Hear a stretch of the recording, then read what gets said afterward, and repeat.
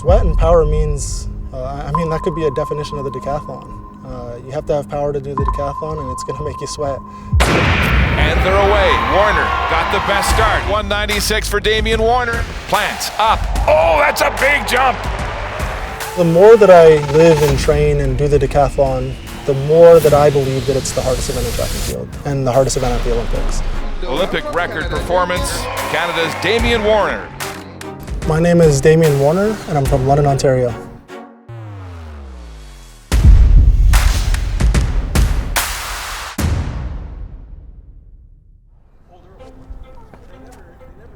In 2021 at the Tokyo Summer Games, it felt like a dream come true when I won the gold medal. Ultimately, stepping on top of the podium and hearing that Canadian national anthem, it's a childhood dream come true for me. A really special moment for me and my family, and something that I'll remember for the rest of my life.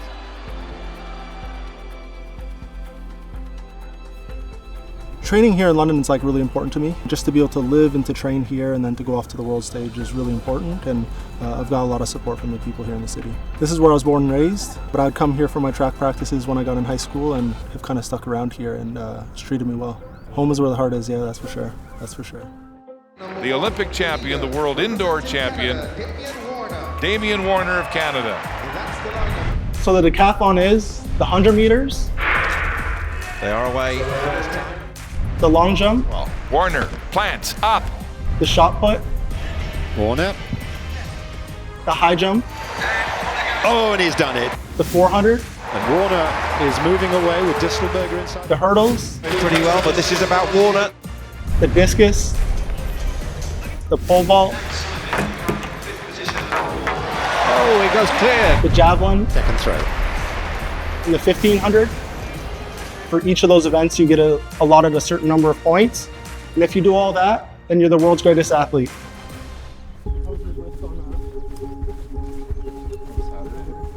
Throughout my career as a track and field athlete, there's been a lot of pivotal moments. And after the OFSA Track and Field Championships, I didn't have the result that I wanted. And I didn't really have too many opportunities going into university or going off to a scholarship.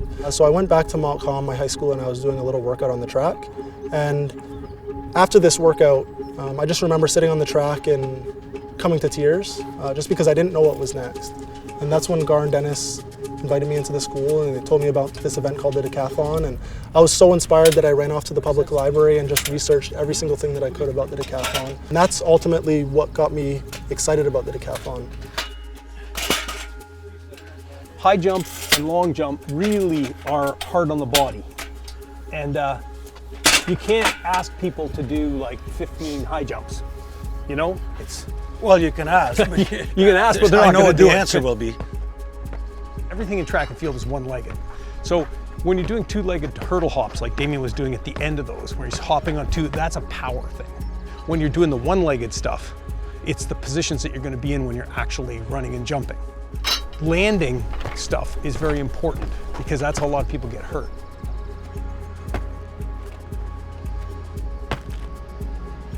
It's not usual for athletes to say in the circumstances that they started when they're in high school. And we've been to 3 Olympics, and Paris will be our 4th Olympics, and we obviously won a gold medal. So it's not a situation that happens every single day. It's very unique, and that's something that I can be very proud of. We want him to mimic stuff that he's going to do, or practice stuff he's going to do, without actually killing him. It's really hard to do high jump or long jump multiple times. This way he can get, 15 or 20 touches times 3, he can get 50 or 60 touches bouncing. Just part of the plan. It's a big plan. Especially when you're dealing with an old athlete like Damian. I'm going to get that line in as often as possible. Biggest challenge that we have this year, and always as a decathlete, is health. I'm 34 years old now, one of the oldest decathletes ever. Runner, take your mark. Set. I remember going into my first Olympics, and I was one of the younger guys and had no idea what was going on and very naive. And I would just look up to all these older athletes and just be like, hey, how's this guy doing it? And now being one of those older athletes, it's kind of weird, where all these young guys are coming in and looking up to me, and then I have to learn to adapt my training to that. I can't just come out here and run until my legs are completely exhausted, because I'm not going to be able to recover the next day. So me and my coaches have to be very strategic on how we train, make sure that my recovery is a focus, and make sure that the work that we're doing on the track, not only do we believe in it, but it's going to be the right workouts that get me to the starting line feeling healthy and powerful and fast. I would imagine that winning a second gold medal would be harder than the first. All the other athletes around the world are trying to do whatever they can to improve so that they can beat you. I was 31 years old going into the Tokyo Olympics, and there's this thought in the back of your head, like, if I don't win it here, then when? Knowing that I was able to stand on top of the podium and have that experience, I can go into this games without that in the back of my head. I'm going there like, I'm trying to win a gold medal, and winning a silver or a bronze or finishing 5th place is not even a thought. I'm not going there to play it safe, to try to just get onto the podium. I'm going there for one purpose, and I think that relieves some of that stress and some of that pressure that other athletes might be facing during the games.